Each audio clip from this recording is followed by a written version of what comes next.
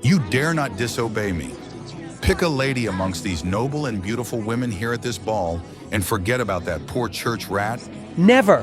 Father, I will never leave her. I love her, and she is the only woman I want to ever be with. If you are not going to fulfill her conditions, then I will gladly forfeit the throne and go after the love of my life. Once upon a time, before cats became domestic animals and started living with humans, was a magical kingdom called Catmorah. The kingdom was so beautiful, filled with cats of every kind and color, and they lived happily under the wise leadership of their king, King Herod III. King Herod III inherited the throne from his father, King Herod II. But unlike his father, he had only one son called Prince Whiskerson. Prince Whiskerson was a handsome orange tabby cat. He was adored and respected by the people of Catmorah. Was it the ladies? They all worshipped him, each wishing she could have him to herself. But Whiskerson wasn't interested in royal life or love. Instead, he was in love with something else: fishing. He would venture into the deepest parts of the ocean, and fish always returning to the palace with bounties of the sea. The royal family was at the dining table having their breakfast when the king started a conversation that Prince Whiskerson hated to hear.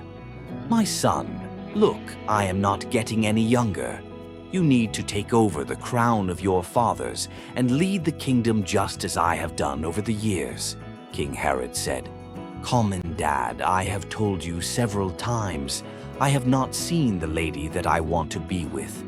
When I do, I will definitely bring her to the palace and introduce her to you," the prince responded.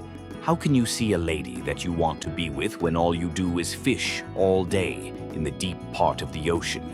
Have you even taken a look at all the beautiful, well-to-do ladies from reputable homes in this kingdom? Just pick one already, Dawn," the king said, hitting the table with his fist angrily. Prince Whiskerson loved the sea, but duty was calling louder than ever. Far from the palace walls, in the outskirts of the kingdom, lived Debbie, an hard-working, talented, young, beautiful, but orphan cat. Her mother died while giving birth to her, and her father also died of a deadly disease when she was 5 years old. She had since then been staying with her auntie. Auntie Joan was a nice woman who took very good care of Debbie after the death of her parent. They both lived in a little cottage at the outskirts of Catmorah and survived by the fruits Debbie usually picked from the forest and would go to the market to sell them. They were living just fine and their lives were going well, though they lacked some necessities of life, but they were contented with what they had and never lived above their means. Like the normal days, Prince Whiskerson had set off in the sea with his friend James to catch some fishes, unaware that this day would be unlike any other. They were still busy catching fish when the weather suddenly changed. They tried hurrying back to get to shore before it comes stormy, but it was too late. The weather was so terrible that the storm it came with tore their ship into two.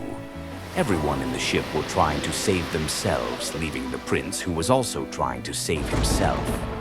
Fortunately for him, he was able to hold onto a broken part of the ship, which prevented him from drowning. But the waves and tides were still very high. The waves took the prince and sailed him the outer part of the shore, where he laid unconscious. Debbie was in the forest that morning searching for fruits to pluck to sell in the market when she saw a body laying offshore. She dropped her basket of fruits and rushed to where the body was. Upon seeing the prince, she immediately fell in love with him. She hasn't seen any man as handsome as him, and it was the first time seeing the prince. She wasn't even aware that the man laying before her was the prince of her kingdom. She immediately helped revive him, though still weak. She supported him and then took him to her house. After her auntie, Joan, had attended to him and he was allowed to rest.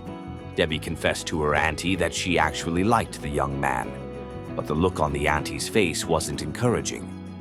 "My sweet Debbie, the rich people of Catmorah has never mingled with the poor people of the kingdom. All they do is subdue and oppress the poor. They don't care about us.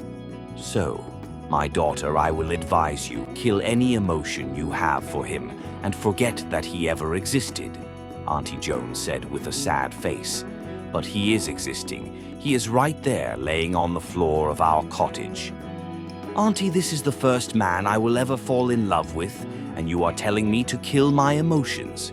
Besides, how are you even so sure that he is rich? Because from what I see, he is the prince. He is the prince of Catmorah Kingdom, Auntie Joan cut her short. Though I heard he is different from his father, who looks less at the poor and less privileged. But I know his father can never let you come anywhere close to his son. These words really broke Debbie's heart. Prince Whiskerson was the only man she had ever fallen in love with, but now she can't have him just because she was a poor orphan. Back in the palace, the king was very worried about his son's whereabouts. He called his guards and ordered them to go in search of his son and bring him back alive to him. He was restless and could not imagine anything happening to his only son. 2 days passed. Prince Whiskerson recovered fully and was ready to herd back home.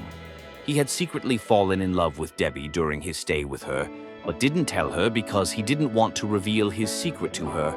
Unknown to him, she already knew who he was. He saw how hard-working, compassionate, and selfless she was, and these were the qualities he wanted in a wife. Auntie Joan packed some fruits in a sackcloth and asked Debbie to see the prince off. The both of them walked a long distance discussing and laughing till they got to the entrance of the kingdom. Debbie bid the prince farewell and hurried back home to her auntie.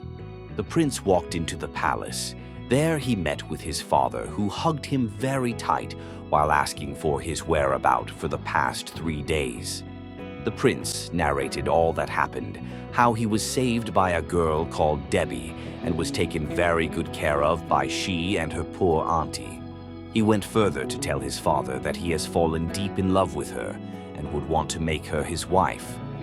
But the king's face changed. His happy and joyful facial expression turned to an angry and irritated expression. "Father, what is wrong? Have I said anything wrong?" the prince asked. "How can you fall in love with a peasant? I know I wanted you to get married, but I didn't say you should marry a peasant. Look around you. There are more elegant and beautiful ladies from rich and reputable homes you can make your wife. Pick any and you will have my full support, not some poor rats who lives in a hut with her auntie." The king said, "No, father. Debbie has all the qualities I want in a wife. I don't care if she is from a wealthy home or not.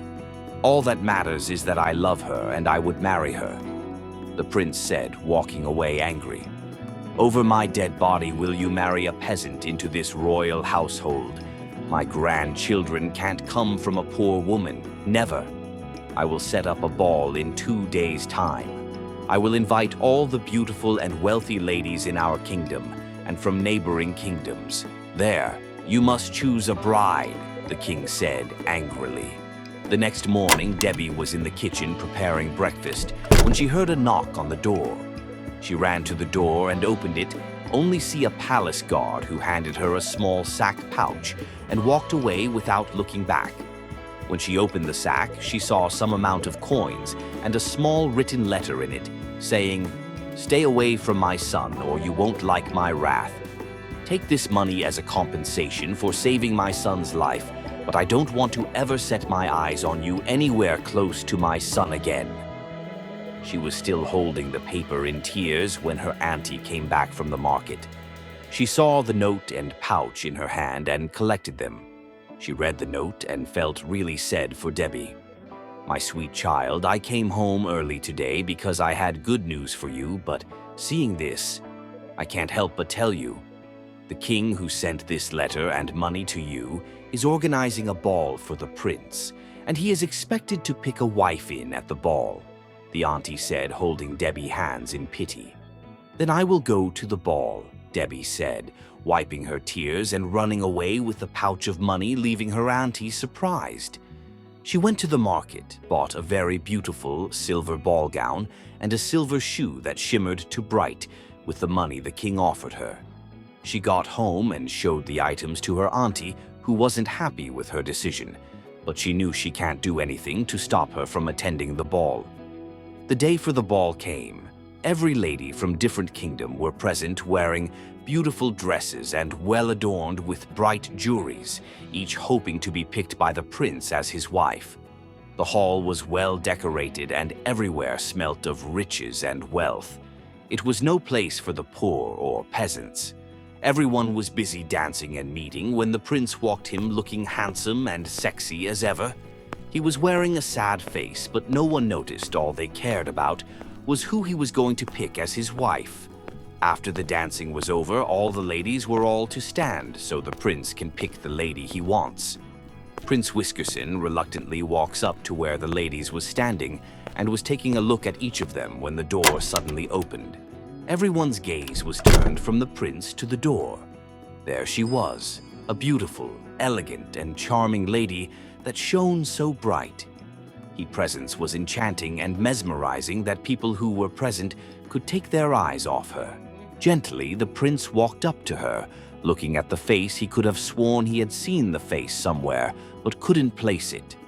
"Good evening, my lady. Do you care for a dance?" the prince asked, and without delay the lady nodded in agreement. They both danced together, holding hands, but while they were dancing, the prince kept looking at her, wondering where he had met her. He was still lost in thought when the lady placed a written letter in his hands, then ran out of the hall. The prince tried going after her, but she ran as fast and swift that he was no match for her. Getting back into the ball, the prince announced that he had picked the mysterious lady as his wife-to-be.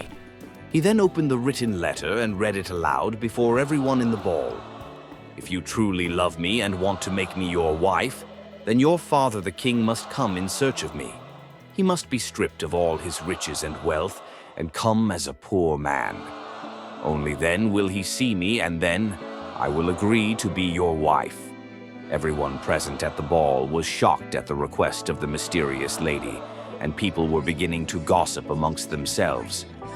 "This is outrageous. Well, the ball isn't over. You can still pick another lady of your choice, because as for me, I am not doing any of that nonsense written on that letter," the king said angrily. "Then I will gladly forfeit the throne and go after her myself," the prince responded angrily, walking away from the ball.